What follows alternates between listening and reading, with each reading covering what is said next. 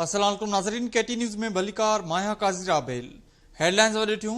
Bulletin में अवांखे आम चूंडुनि जे हवाले सां ॿुधायूं त इलेक्शन कमीशन ऑफिसरनि ऐं मुलाज़िमनि जी मोकलुनि ते पाबंदी लागू करे छॾी आहे।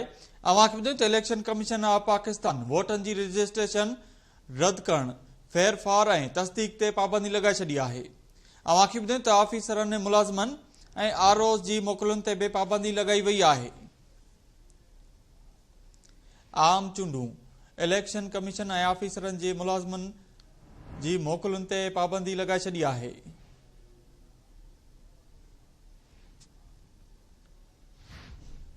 आम चूंडुनि जे हवाले सां ॿुधायूं त इलेक्शन कमीशन ऑफिसरनि ऐं मुलाज़िमनि जी मोकलुनि ते पाबंदी लागू करे छॾी आहे। इलेक्शन कमीशन ऑफ पाकिस्तान वोटनि जी रजिस्ट्रेशन रद्द करणु, फेरफार ऐं तस्दीक ते पाबंदी लॻाए छॾी आहे।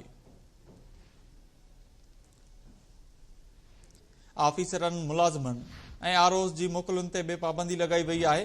आम चूंडुनि जे हवाले सां ॿुधायूं त इलेक्शन कमीशन ऑफिसरनि ऐं मुलाज़िमनि जी मोकलुनि ते पाबंदी लागू कई आहे।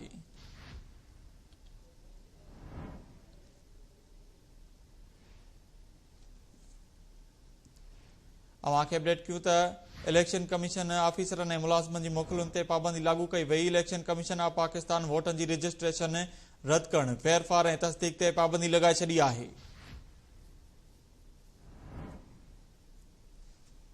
ऑफिसरनि, मुलाज़िमनि ऐं आरओज़ जी मोकलुनि ते पाबंदी लॻाई वई। आम चूंडुनि जे हवाले सां ॿुधायूं त इलेक्शन कमीशन ऑफिसरनि ऐं मुलाज़िमनि जी मोकलुनि ते पाबंदी लागू कई आहे।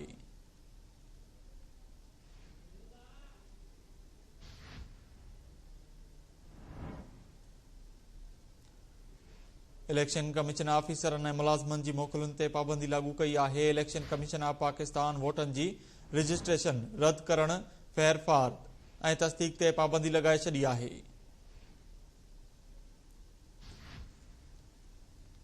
ऑफिसरनि, मुलाज़िमनि ऐं आरओज़ जी मोकलुनि ते बि पाबंदी लॻाई वई आहे। अवांखे ॿुधायूं त आम चूंडुनि दौरान इलेक्शन कमीशन ऑफिसरनि ऐं मुलाज़िमनि जी मोकलुनि ते पाबंदी लागू कई आहे।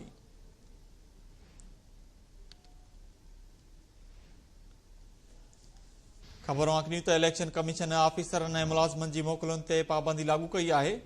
इलेक्शन कमीशन ऑफ पाकिस्तान वोटनि जी रजिस्ट्रेशन रद्द करणु, फेरफार ऐं तस्दीक जी पाबंदी लॻाए छॾी आहे।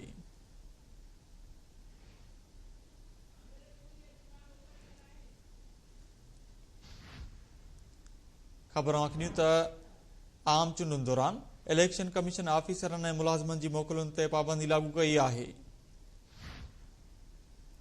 इलेक्शन कमीशन ऑफ पाकिस्तान वोटनि जी रजिस्ट्रेशन रद्द करणु, फेरफार ऐं तस्दीक ते पाबंदी लॻाई आहे।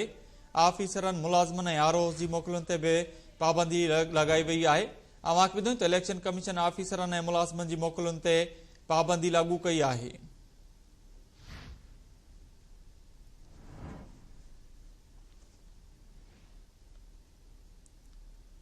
आम चूंडुनि जे हवाले सां ॿुधायूं इलेक्शन कमीशन ऑफिसरनि ऐं मुलाज़िमनि जी मोकलुनि ते पाबंदी लागू कई आहे।